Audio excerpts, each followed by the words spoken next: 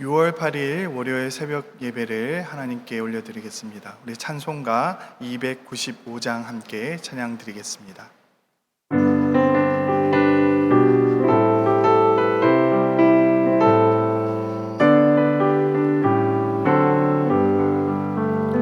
큰 죄에 빠진 나를 주 예수 건지사 그 넓은 품에 다시 품으신 은혜는 저 바다보다 깊고 저 하늘보다 높다. 그 사랑 영원토록 나 찬송하리라. 날로 더욱 귀하다. 날로 더욱 귀하다. 한이 없이 넓은 우리 주의 사랑 날로 더욱 귀하다. 옛날에 유대 땅에 주 예수 다닐 때 그 은혜 받으려고 큰 별이 모였네. 눈먼 자 병든 자를 다 고쳐주셨으니 나 같은 죄인까지 그 은혜 받도다. 날로 더욱 귀하다. 날로 더욱 귀하다. 한이 없이 넓은 우리 주의 사랑 날로 더욱 귀하다. 주 크신 사랑으로 만 백성 위하여 그 십자가의 고난 다 받으셨으니 그 속죄 받은 성도 큰 소리 함께 높여 온 천지 울리도록 주 찬송하리라. 날로 더욱 귀하다. 날로 더욱 귀하다. 한이 없이 넓은 우리 주의 사랑 날로 더욱 귀하다. 아멘. 하나님, 오늘 저에게 주신 말씀은 신명기 28장 58절에서 68절까지 말씀입니다. 우리 함께 한 목소리로 읽도록 하겠습니다. 내가 만일 이 책에 기록한 이 율법의 모든 말씀을 지켜 행하지 아니하고 내 하나님 여호와라 하는 영화롭고 두려운 이름을 경외하지 아니하면 여호와께서 내 재앙과 내 손의 재앙을 극렬하게 하시리니 그 재앙이 크고 오래고 그 질병이 중하고 오래할 것이라. 여호와께서 내가 두려워하던 애굽의 모든 질병을 내게로 가져다가 내 몸에 들어붙게 하실 것이며 또 이 율법의 책에 기록하지 아니한 모든 질병과 모든 재앙을 내가 멸망하기까지 여호와께서 내게 내리실 것이니 너희가 하늘의 별같이 많을지라도 내 하나님 여호와의 말씀을 청종하지 아니하므로 남는 자가 얼마 되지 못할 것이라. 여호와께서 너희에게 선을 행하시고 너희를 번성하게 하시기를 기뻐하시던 것 같이 이제는 여호와께서 너희를 망하게 하시며 멸하기를 기뻐하시리니 너희가 들어가 차지할 땅에서 뽑힐 것이요 여호와께서 너를 땅 이 끝에서 저 끝까지 만민 중에 흩으시리니 내가 그곳에서 너와 내 조상들이 알지 못하던 목석 우상을 섬길 것이라. 그 여러 민족 중에서 내가 평안함을 얻지 못하며 내 발바닥이 쉴 곳도 얻지 못하고 여호와께서 거기에서 내 마음을 떨게 하고 눈을 쇠하게 하고 정신을 산란하게 하시리니 내 생명이 위험에 처하고 주야로 두려워하며 내 생명을 확신할 수 없을 것이라. 내 마음의 두려움과 눈이 보는 것으로 말미암아 아침에는 이르기를 아하 저녁이 되었으면 좋겠다 할 것이요 저녁에는 이르기를 아하 아침이 되었으면 좋겠다 하리라. 여호와께서 너를 배에 싣고 전에 내게 말씀하여 이르시기를 내가 다시는 그 길을 보지 아니하리라 하시던 그 길로 너를 애굽으로 끌어가실 것이라. 거기서 너희가 너희 몸을 적군에게 남녀 종으로 팔려 하나 너희를 살 자가 없으리라. 아멘. 오늘 말씀까지 굉장히 오랫동안 저희는 하나님의 축복과 저주라는 그런 주제 아래 함께 말씀을 나눴습니다. 이 28장이 전부 축복과 저주에 관한 그러한 내용을 담고 있죠. 여러분 어떻습니까? 지금까지 말씀을 보면서 어떤 생각을 하시게 되었습니까? 하나님의 말씀을 잘 듣고 잘 행해야지 하나님의 축복을 받고 저주를 받지 않겠구나 하는 그런 생각이 드셨습니까? 여러분 그렇다면 반쯤은 맞고 반쯤은 틀린 것이라고 볼 수 있습니다. 오늘 28장을 보면 오늘 특별히 58절을 보면 여러분을 향한 하나님의 그 거룩한 말씀이 잘 담겨져 있습니다. 왜 우리가 하나님의 말씀을 지켜야 하는지에 관해서 설명해 주고 있습니다. 58절 말씀을 보면 이렇게 기록되어 있습니다. 하나님의 말씀을 행하지 않고 경외하지 않으면 이런 저주를 받을 것이라 라고 그렇게 번역하고 있습니다. 그런데 이 말만 들으면 앞에 저희가 나눴던 것처럼 정말 하나님의 말씀을 지키지 않으면 복을 받고 저주를 받고 하나님 말씀을 잘 지키면 축복을 받는구나 하는 그런 생각이 들게 합니다. 그런데 이 부분을 원문으로 보면 조금 다르게 번역해야 맞는 것 같습니다. 원문을 보면 말씀을 행하는 목적이 저주를 받지 않기 위해서가 아니라 하나님을 경외하는 것, 이것을 위해서라고 기록하고 있습니다. 한 문장으로 정리해 보면 이렇습니다. 하나님을 경외하기 위해서 하나님의 말씀을 지키지 않으면 이런 저주를 받게 될 것이다 라고 그렇게 기록하고 있는 것입니다. 그러므로 58절 말씀에서 가장 중요하게 여기는 것은 바로 하나님을 경외하는 것이라는 단어입니다. 하나님의 말씀을 지키지 않았을 때 저주를 부어주시는 하나님이 아니라 우리는 하나님의 말씀을 잘 지키는 이유가 바로 하나님을 경외하기 위해서라고 그렇게 이해하는 것입니다. 그렇습니다. 우리가 하나님의 말씀을 잘 지켜야 하는 것은 축복받기 위해서가 아니라 혹은 저주를 피하기 위해서가 아니라 하나님을 높여드리기 위해서라는 그러한 사실을 우리는 먼저 알아야 할 것 같습니다.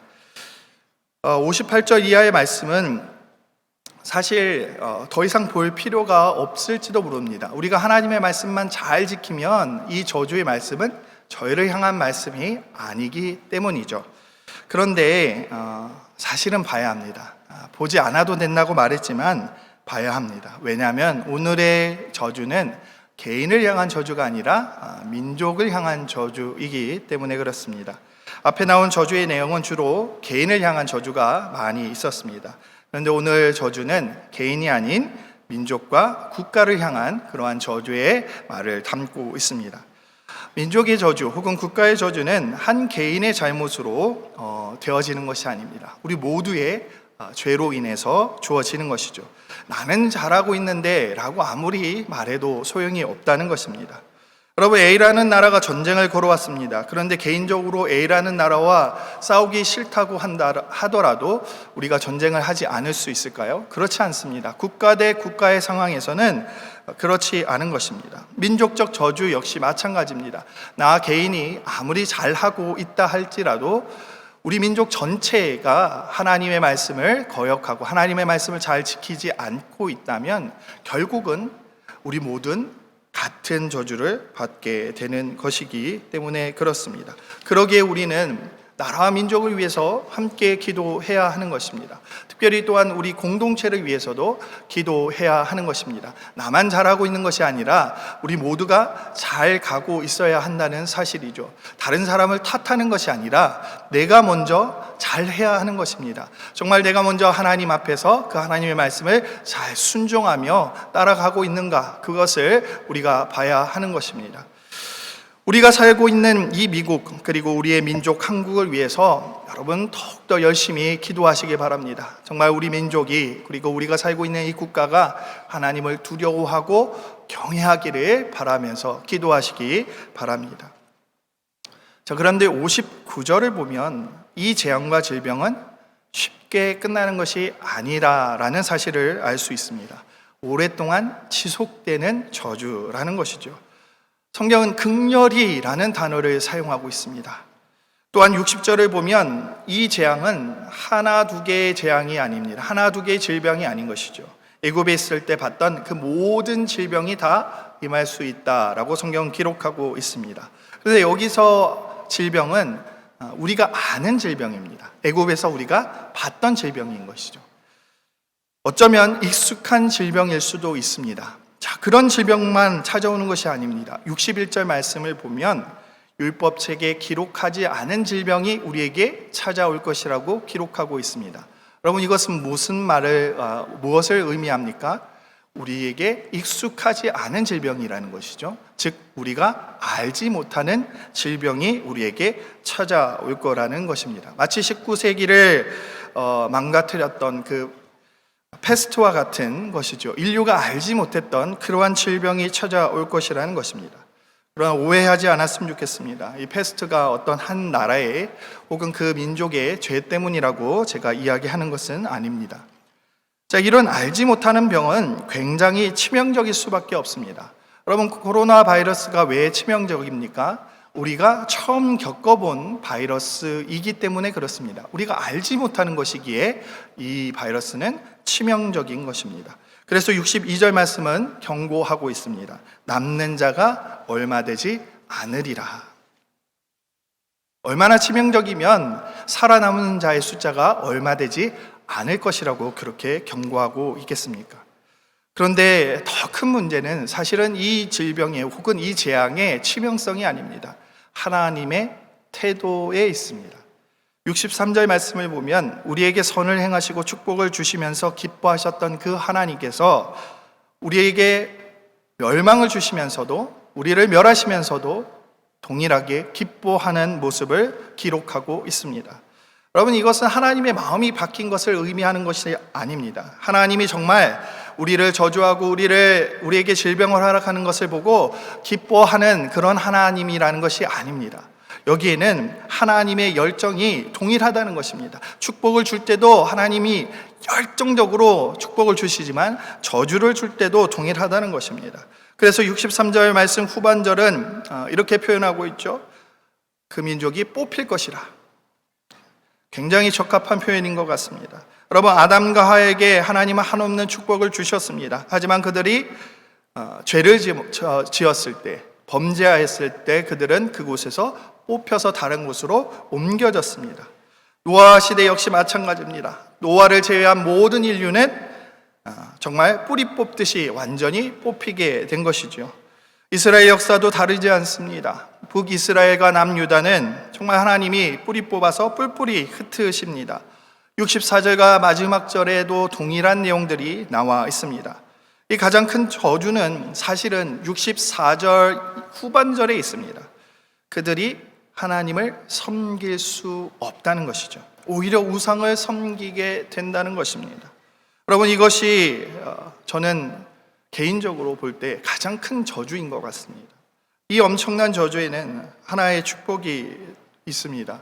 돌아가면 되는 것입니다. 아무리 탕자가 하나님의 마음을 아프게 하고 큰 죄를 저질렀다 할지라도 아버지께 돌아가면 모든 것이 다 용서되었습니다. 예수님의 십자가는 그 저주의 길을 축복의 길로 바꾸는 능력이 있습니다. 그런데 우상을 섬기게 되면 돌아갈 길은 없는 것입니다. 앞에서 우리가 이야기했던 저주는 저주도 아닌 것이죠. 그곳에 있는 우상을 섬기게 될 때 진정 우리는 돌아갈 수가 없게 되는 것입니다. 여러분, 이것이 진짜 문제입니다. 아수르에 의해 멸망당했던 북이스라엘 백성들을 여러분 한번 보시기 바랍니다. 어떻게 되었습니까? 그들은 이방민족과 혼합되었습니다. 그들이 섬기고 있던 그 우상들을 동일하게 섬기게 된 것입니다. 그들의 삶을 따르게 된 것이죠. 반면 남유다의 백성들은 바벨론에 의해서 포로로 잡혀갔는데 그들은 이방민족과 섞이지 않았습니다. 결과는 어떻게 되었습니까? 북이스라엘은 결국 돌아올 수가 없었습니다. 반면에 남유다에 있는 백성들은 하나님이 다시금 그들을 부르시는 그러한 모습을 보게 됩니다. 여러분, 이 우상은 하나님이 만드신 것이 아닙니다. 하나님이 우리에게 저주로 우상을 주신 것이 아닙니다. 이 우상은 우리의 죄로 인해서 만들어진 것입니다. 우리가 하나님을 떠났을 때 우리의 마음이 다른 신들을 바라보게 된 것이죠. 다른 민족의 신들을 바라보게 되는 것입니다. 결국 하나님이 주신 저주가 아니라 우리의 죄에 의해서 만들어내어진 결과라는 것입니다. 여러분, 이것이 가장 큰 문제라고 저는 생각합니다. 결국 그렇게 되어진다면, 우리가 우상을 바라보게 된다면 그 많은 아픔과 그 많은 고통 중에서도 하나님을 바라볼 수 있으면 우리에게 소망이 있지만, 우상을 바라본다면 오늘 말씀 65절 이하의 말씀과 같이 우리는 평안을 잃어버릴 수밖에 없는 것입니다. 매 순간 매 순간이 두려움 가운데 살아가는 것입니다. 여러분, 우리에게 환난이 오고 우리에게 고통이 오고 고난이 올지라도 우리가 하나님을 바라본다면 우리는 평안 가운데 살아갈 수 있습니다. 주님을 바라보면서 우리의 환경은 고통스러울지라도 우리의 마음만은 평안하게 살아갈 수가 있습니다. 그러나 우리의 삶이 주님이 아닌 것을 바라보고 있다면, 우상을 바라본다면, 우리가 생각하고 우리가 믿는 것을 바라본다면 결국 우리의 마음은 흔들릴 수밖에 없고 우리는 두려움 가운데 매 순간을 살아갈 수밖에 없는 것입니다. 그러한 가운데 살아가는 삶의 표현을 67절 말씀이 이렇게 기록하고 있습니다. 살아가는 것 자체가 두려워서 아침이면 저녁이 되기를, 저녁이면 아침이 되기를 기다리는 그런 사람이 될 것이라고 우리에게 경고해 주고 있습니다. 여러분, 크리스토퍼 라이트는 이 오늘 본문을 바라보면서 이렇게 이야기합니다. 이 민족적 저주는 정해진 운명이 아닙니다. 여러분, 이것은 정해진 운명이 아닙니다. 하나님이 우리에게 저주를 주시기 위해서 이러한 운명을 만들어 놓으신 것이 아니라는 사실입니다. 이것은 예고편입니다. 끔찍한 예고편을 보고 불순종이 아닌 순종의 길로 우리로 하여금 살아갈 수 있도록 하나님께서 우리에게 보여주신 것 뿐입니다. 우리에게 주어진 것은 이러한 저주의 길이 아니라 앞서 보았던 축복의 길입니다. 하나님을 온전히 섬기고 하나님의 그 놀라운 능력을 바라보는 자들은 하나님의 말씀을 순종하며 살아갈 수밖에 없는 것입니다. 그렇게 되어진다면 우리에게는 저주가 아닌 축복의 길을 걸을 수밖에 없는 것, 바로 이것이 우리의 운명인 것입니다. 여러분, 우리의 초점이 정말 하나님이기를 간절히 소망합니다. 이 세상이 아니라, 다른 우상이 아니라 오직 하나님을 바라보며 살아가시기를 간절히 축원합니다. 여러분, 우리가 정말 중요하게 생각해야 되는 것은 앞서도 말씀드렸지만 우리의 삶에 있어서 축복이냐 저주이냐가 아니라 우리가 하나님의 말씀을 잘 따르고 그 말씀대로 순종하며 살아가는 것은 무엇을 위한 것입니까? 내 삶의 축복이 아니라 하나님을 온전히 섬기기 위해서, 그 주님을 온전히 바라보기 위해서 우리가 하나님의 말씀을 순종하는 것임을, 청종하는 것임을 여러분 기억하시기 바랍니다. 바라기는 우리 만나의 모든 권속들이 주님을 경외하는 그런 삶을, 경외하기 때문에 하나님의 말씀을 온전히 순종하는 삶을, 순종하기 때문에 우리의 삶에 축복이 나타나기를 간절히 축원합니다. 우리 함께 기도드리겠습니다. 사랑이 많으신 하나님, 오늘 우리에게 주신 말씀은 우리의 운명이 아니라, 우리에게 짜여진 하나님의 계획이 아니라, 이것은 우리를 향한 하나님의 경고요, 또한 하나님의 사랑의 마음인 것임을 우리가 깨닫기를 소망합니다. 하나님, 우리가 바라보는 것이 단순히 축복이냐 저주이냐가 아니라 하나님을 경외하는 마음으로 하나님의 말씀을 순종하며 살아가게 하옵소서. 또한 하나님 아버지, 우리의 삶이 내 자신만 바라보는 것이 아니라 우리 공동체와 우리 민족과 우리가 속한 이 나라를 바라볼 수 있기를 소망합니다. 하나님, 나라와 민족을 위해서 기도할 수 있는 그런 귀한 주님의 성도들이 되어지게 하옵소서. 정말 미국이 그 청교도의 정신을 회복하고 한국이 초대 한국교회의 그 모습을 회복할 수 있도록 주님 함께하여 주시고, 우리가 정말 그것을 위해서 우리의 목숨을 내어놓듯이 모세와 같이 기도할 수 있는 그러한 귀한 주님의 사람들 되어지게 하옵소서. 감사합니다. 함께 하시는 그 하나님을 바라봅니다. 예수님의 이름으로 기도드립니다. 아멘.